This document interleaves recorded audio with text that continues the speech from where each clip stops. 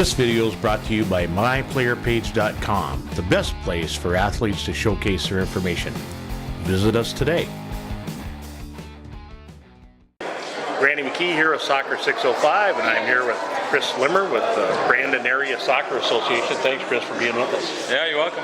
Well, a lot of stuff going on. You know, what do you got going on over at Brandon right now this spring? Well, hopefully we have a better spring than last year weather-wise, but spring season going pretty soon, so getting the teams organized. But I don't know, we have a tournament coming up in May. We've always had a recreational tournament last several years. This year we opened it up to some recreational and competitive teams, so it's the first weekend in May, so we're trying to get organized for that too. So. Yeah, you know, that's just around the corner.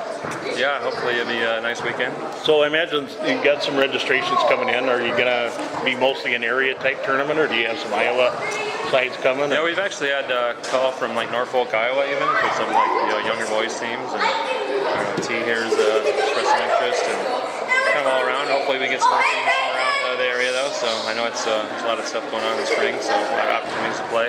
So hopefully that weather will cooperate. You know, I don't know if you're, are you going to be coaching over at Dakota Alliance this summer, any teams? Myself, not really right now, so. Okay.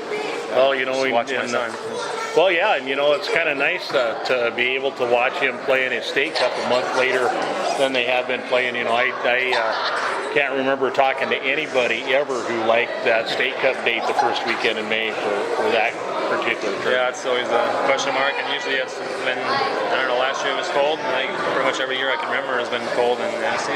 Yeah, and we've had some nice weather, but I mean, one of the problems I always had was trying to get my team prepared out on the grass up to that point, because you don't really have a lot of time.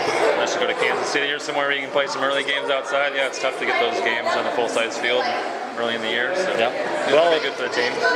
It won't be long, and we'll see the fields out there full of kids and coaches, and you know, so it's going to be I think a great summer for soccer.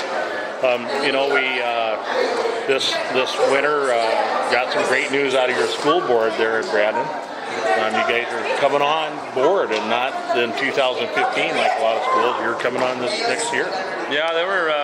We've been talking to them, as you know, for several years, and it's kind of a long process. And appreciate the work with the city and the school. I mean, using our city field still, playing those high school games, and coordinating with the school and getting it sanctioned. And they were ready to do it for 2015. And we said, well, what can we do to get it going for 2014? And so we put some money together and wanted to get it done as quickly as possible so we can get those kids that opportunity, as soon as possible. So, you know, that budget enhancement seems to be working about every place people are talking about it. And you know, I've heard the pros and cons of that. The pros from the soccer people are saying, well, you know, if that was the impetus to get us in, that was a good deal.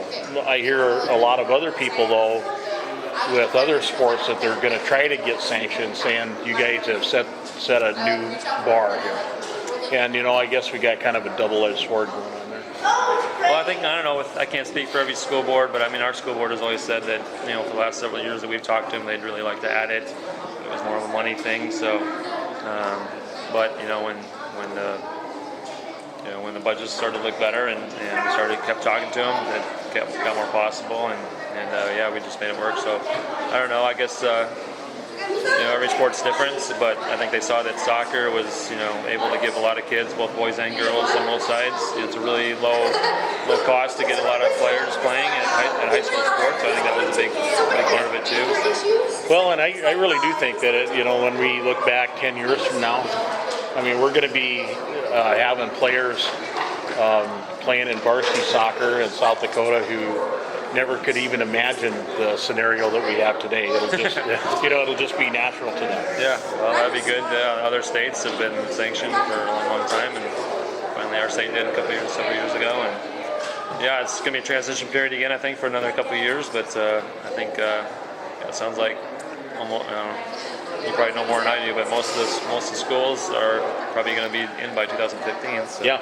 And you know, one of the things we were talking about is not only the towns that have soccer today are going to be in the future, but they're looking at a lot of schools around the state who will probably bring it on board, now that we have more popularity and more opportunity. Like right in our backyard, Garrettson's always played with us. I mean, our Brandon recreational and everything, and then they're sponsoring their girls, they're sanctioning it, before we did. So, yeah, and that was amazing for us because we got a chance to go down there and video the very first Garrettson, and it was T's very first game too, so that'll always be kind of a special video for us. But it's nice seeing these schools look at it and see it as really a very affordable sport, and like you said, a way to get a lot of kids participating.